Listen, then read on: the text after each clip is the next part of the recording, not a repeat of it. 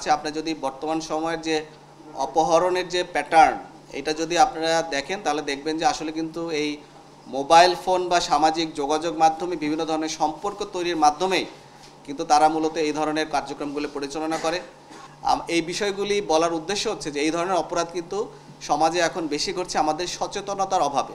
আচ্ছা, এই জিনিসটা আজকে কেন আমরা প্রেস ব্রিফিং করলাম, কারণ ইদানিং আমরা দেখতে পাচ্ছি যে এই ধরনের ঘটনাগুলি কিন্তু অনেক বেশি ঘটছে এবং এই ঘটনাগুলি কিন্তু আমাদের কাছে আছে। আপনি যদি বর্তমান সময়ের যে অপহরণের যে প্যাটার্ন, এটা যদি আপনারা দেখেন তাহলে দেখবেন যে আসলে কিন্তু এই মোবাইল ফোন বা সামাজিক যোগাযোগ মাধ্যমে বিভিন্ন ধরনের সম্পর্ক তৈরির মাধ্যমেই কিন্তু তারা মূলত এই ধরনের কার্যক্রমগুলো পরিচালনা করে।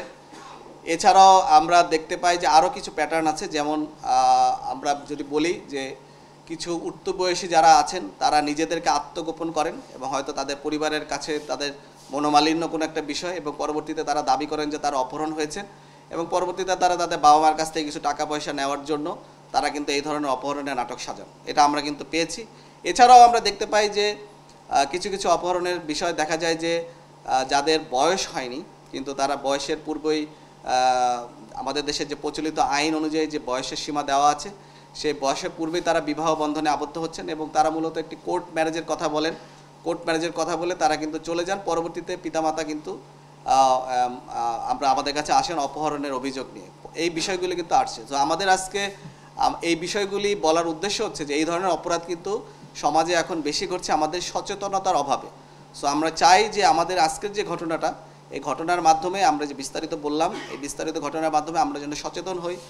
অপরিচিত কারোর সাথে সম্পর্ক বা তাকে বিশ্বাস করার পূর্বে অবশ্যই আমরা তার সব কিছু জেনে নিব। যেমন এই আবদুল্লাহ নূর তুষারকে যে অপহরণকারী, সে নিজেকে কিন্তু বাদল হাওলাদার তার নাম, কিন্তু সে নিজেকে কিন্তু হৃদয় নামে পরিচয় করিয়ে দিয়েছেন সবার সাথে, এবং তার কিন্তু বিস্তারিত কোনো তথ্যই এই ভিকটিমের পরিবারের কাছে ছিল না।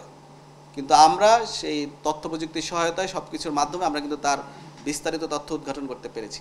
সো আমরা বলতে চাই, সাধারণ যারা জনগণ আছেন কারোর সাথে কোনো সম্পর্ক বা কোনো ধরনের কোনো পরিচয় হওয়ার পরে আপনারা বিস্তারিত জানার পরেই মূলত তার সাথে মেলামেশা বা সব ধরনের তথ্য শেয়ার করবেন।